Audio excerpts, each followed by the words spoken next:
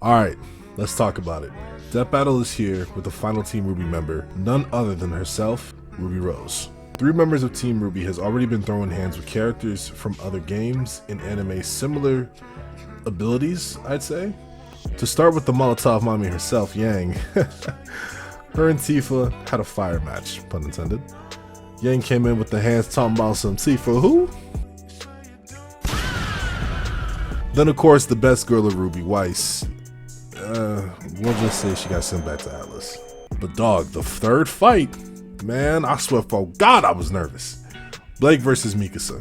Blake pulled up on Mikasa talking about some, hey, let me show you how my shadow clones work. And boy, did she give her the work. Fuck! But now, the spotlight is on Ruby, the little baby of the team, the leader with the big scythe. And she's up against Maka, who doesn't just swing Soul around, she is fighting with Soul himself. This might be the most anime fight Death Battle has ever done. Now, we're gonna have to see if Ruby's gonna hold it down, or if Maka's gonna read her like a textbook. Let's get it!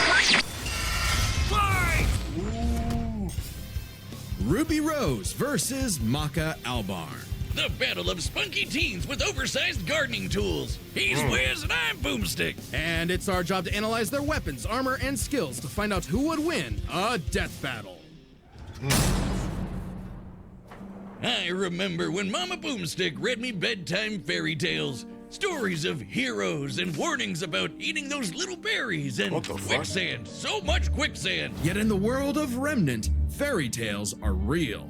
Here, huntresses do battle with monstrous Grimm, and there was nothing more exciting than that to Ruby Rose. Daughter to the world-renowned huntress, Summer, who disappeared. Little Red really wanted nothing more than to be a huntress. Her dedication paid off. Admitted into Beacon Academy 2 years ahead, a premier school for huntsmen and huntresses, Ruby clearly showed prodigious talent. Not just that, she's got the weapon geek gene just like yours truly. Ruby doesn't leave home without her trusty Crescent Rose. Tough. It may look like a high-tech scythe, and it is, but it's also a gun. Ruby made Crescent Rose herself. It's like a dance between Grim Reaper's Choice and a bolt-action sniper rifle. A dance is fitting, as huntsmen are locked in a never-ending waltz in their battle with the Grimm. Crescent Rose can switch between sniper and scythe at the press of a button. Ruby's an old hand at flinging and moving it exactly how she wants, despite it being, like, bigger than she is. How does she do it with those noodle arms? The girl can't even throw a punch. Well, she might not need to, given the strength of fucked her up. aura. All living beings in Remnant have an aura, except dark creatures like Grimm, though not all of them can utilize it in combat without extensive peace, training. Hero. See, aura forms a barrier that blocks fatal blows and even heals wounds. It can make weapons stronger too. When Ruby slaps a cartridge of dust into Crescent Rose, her aura lights up nature's wrath in man's hand. Dramatic, but accurate. This dust represents the base elements of the world: fire, electricity, ice, wind, anti-gravity. Does that last one count? Rule of cool, Wiz. Yep. She's got the eyes of a hawk, and when she shoots you with dust, a bullet wound's the last thing you'll be worried about. With enough of a boost, ice dust can freeze over whole mechs, and she can power up her kicks to crater military-grade steel. A person's aura may be limited, but Ruby can keep track of hers with this handy health bar on her not smartphone. Ruby blasted through Huntress classes with flying colors. Almost right away, she was appointed the leader of her own group, with Weiss Schnee, Flake Belladonna, and Big Sis Yang Xiaolong. Oh, I get it. Team Ruby. But Ruby's hope for many years of learning with her friends would be dashed as evil machinations spread like wildfire. Baby With girl a flash of Cinder. silver light, Beacon had fallen. Ruby's friends? Dead. Her school? Totally wrecked. Her sister? Disarmed. All because of a lover's spat that went way too far. Salem saw the world divided, and it was time to say goodbye to any happily ever after. But Ruby... Let me just say this. When Ruby does come back for Volume 10, bro, yo, that shit is gonna hit different. That shit's gonna hit different. I'm so excited. wouldn't give up like that, so she set off to change the world. Even as Crescent Rose began to feel heavier and heavier. Could she really save the world like her fairy tale heroes? All she did is what she's always done and never stopped moving forward. Because Crescent Rose wasn't the only thing she needed. She had to improve her semblance too. Right. While aura is essentially the manifestation of one's soul, the semblance is an expression of their personality. Basically, it's a superpower farmed by aura. And Ruby's got super speed. Or a teleport? Or what is she doing exactly? Close. This is Petal Burst, a mixture of speed, teleportation, and intangibility. Ruby can rocket from one point to another in milliseconds. By literally bursting into petals. Sort of. According to Best Robo Girl Penny, Ruby's semblance is extremely complex and variable. It involves breaking her body down to its molecular components before zooming off in complex paths, negating the laws of mass entirely. AKA Super Speed Plus. And Nora is Best Girl. Ruby's Petal Burst is so quick she can make Why is this best girl? flying missiles look completely still. Good luck tagging her with a bullet or a breadstick. She is certainly quick enough to give Emerald and Mercury a hard time, and they've dodged actual lightning. She's faster than Blake, who could keep up with the most cringe faunus of all, Adam Taurus. Well, he did draw his sword fast enough to parry an actual part. I know I keep pausing, but that nigga was the equivalent of Virgil from Devil May Cry. I don't care what nobody says. As much as a piece of shit that he was to Blake, that motherfucking had aura. I ain't gonna hold you. But that's another argument for another day.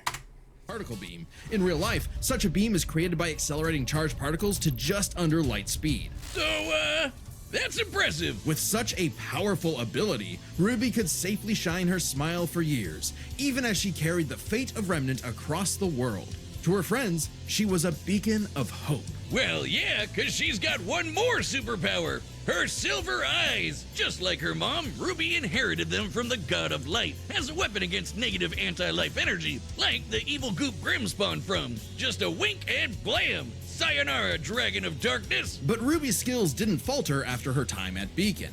As she journeyed across Remnant, she leveled up to compete with all sorts of powerful magic and mechanized foes. Her team could even match the Ace Ops, an elite squad of longtime professional huntsmen. Including Harriet, whose super speed semblance was totally outclassed by Petal Burst, and Vine, whose aura was strong enough to contain a bomb that was about to decimate the whole city of Mantle.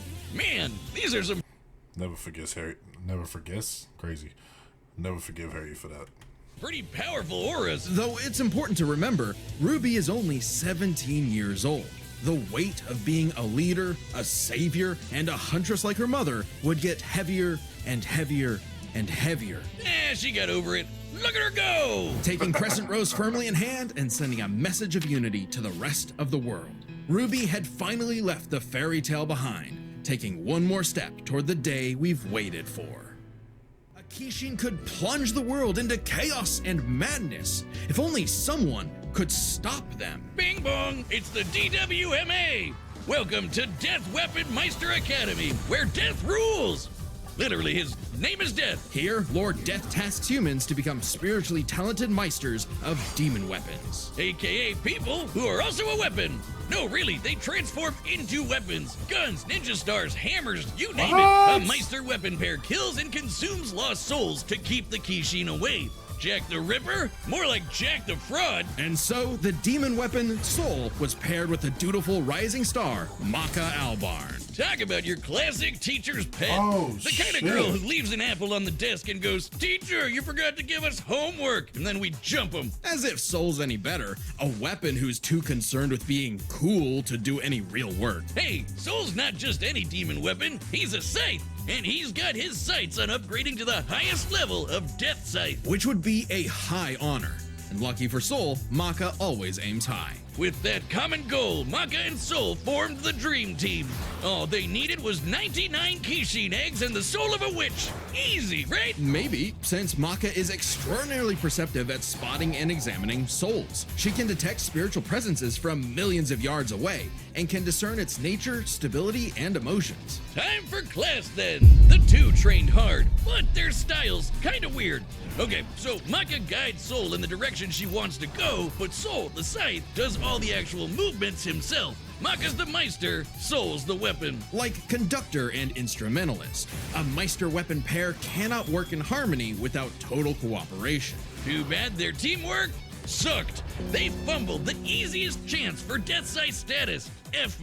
MAKA just could not get in tune with Soul's wavelength. She was skilled, sure, more skilled than most. Keyword, most. There were plenty of rivals showing her up, like Blackstar and Tsubaki. Really puts a damper on the straight A's when this show-off is doing better than you. It was up to MAKA and Soul to improve their teamwork through Soul Resonance. What I said about wavelength wasn't metaphorical. Rather, wavelengths are the means with which Meister and weapon draw strength through each other.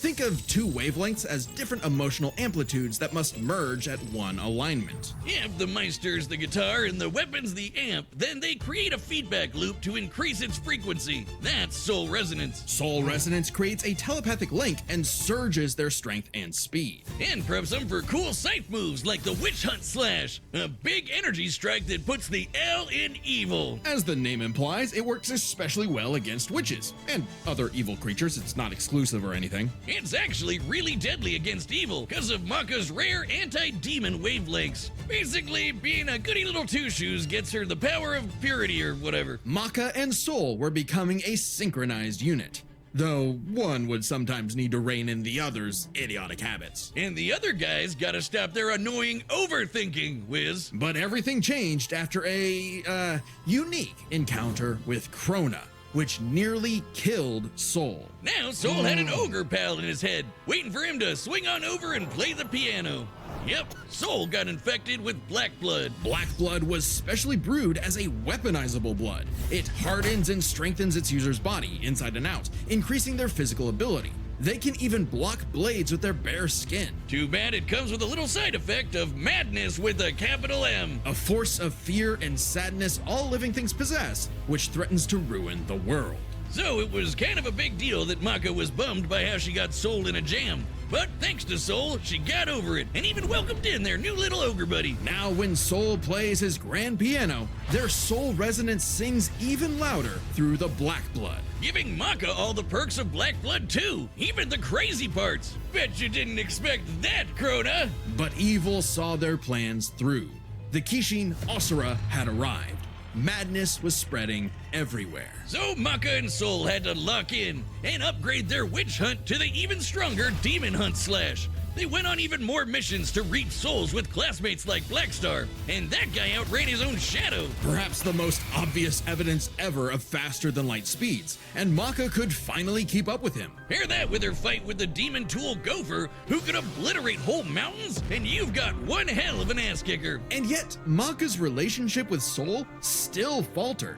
Soul was the real star here. Even other Meisters were trying to take him as a weapon, away from MAKA. I mean, he literally moves himself, so MAKA couldn't help but wonder if she was holding him back all along. But Soul said the truth. In all of their missions, their teamwork was the key to their victory.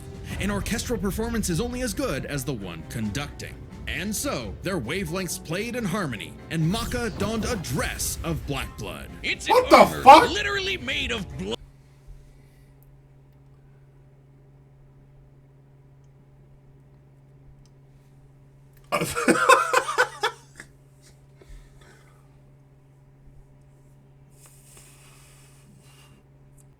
There are so many things I want to say right now, but we're gonna wait till before the battle starts.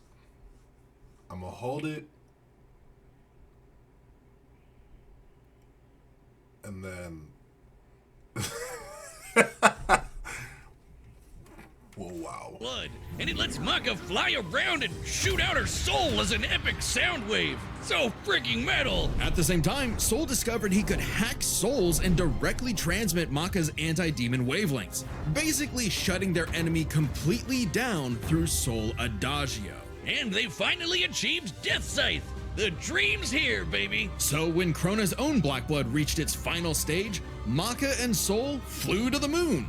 A moon small and unassuming, but so dense it has the same mass as the planet itself. The very world's sanity was at stake. Krona might have gone insane, but MAKA still reached out to their new friend's soul until the Kishin showed up to ruin everything. Come on, Asura, they're having a moment here. timing bro. In what would be Maka's final exam, Maka, Soul, and all of their friends faced off against the Kishi. And she passed. A+. Maka pulled her weight and perfected her teamwork with Soul. Their wavelengths were pitch perfect. Asura did everything he could to separate them, crater them into the moon, punch holes in Maka's chest, tamper their souls with madness, and each time they successfully realigned their wavelengths. Until they kicked his ass with one final upgrade, the Kishin Hunt Slash. Maka Chop! Now that's what I call absolute cinema. Because a sound soul dwells within a sound mind and body. So should you feel overwhelmed by evil's roars, just write 4242564 whenever you want to knock on death's door. All right, the combatants are set, and we've run the data through all possibilities. It's time for a scythe battle! Okay, it's official. This is so not cool. There we go. Come on, Soul. Our target should be here, so try helping out. Hi! Who you looking for? Oh no. Oh no. Oh no. Little Red Riding Hood, your humanity has strayed from its just path, and the Shinigami has called. Oh my gosh, your boyfriend turns into a scythe! Oh, that's so cool! Your soul is ours! Oh! I like my soul, thanks.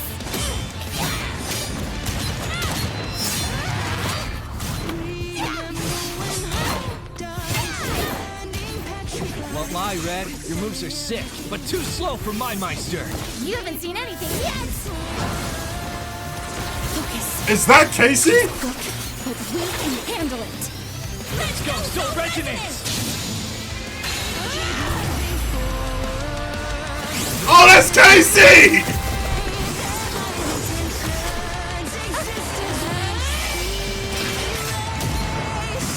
Woo!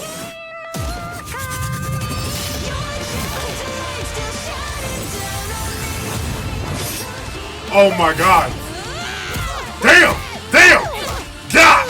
Damn! Stop hitting me. Ruby, do so. Oh! Shit!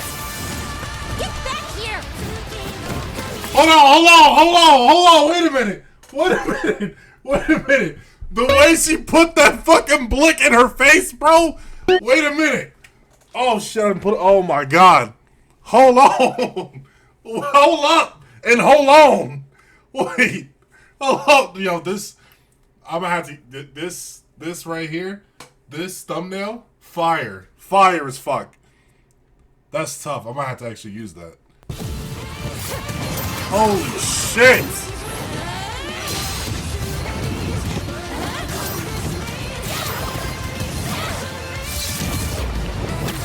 Ooh!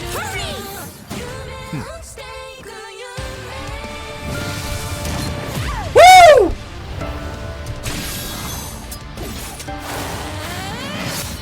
Interesting. Her soul forms a barrier. Try helping out. Relax. Hey!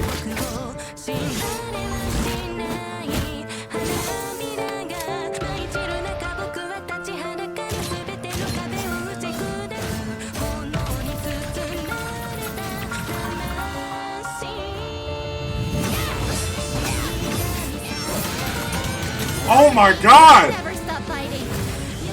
I'm Ruby Rose. Okay. I am a huntress. Soul Adagio. Oh! I knew that was gonna fucking happen! Ruby! The wavelengths. Damn it, she's.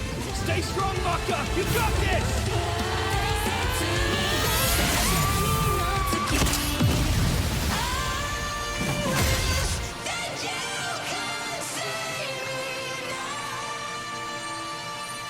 A simple, honest soul. Ruby Rose, huh?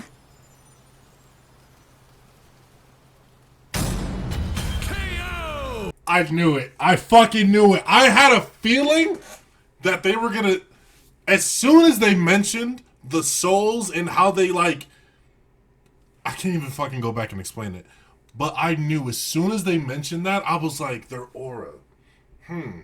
What if somehow that's tied to their soul? Which I think they literally did explain that. But I was like, as soon as they mentioned that, I was like, bro, Ruby's cooked. Ruby's done. And it's just, she's too fucking OP, bro. Like, damn! 2 and 2! Okay, so considering what we just witnessed, I want to now see in Death Battle, please make this a thing. If there's any way we could like submit like requests, but I would like to see if Team Ruby can get a redemption arc started.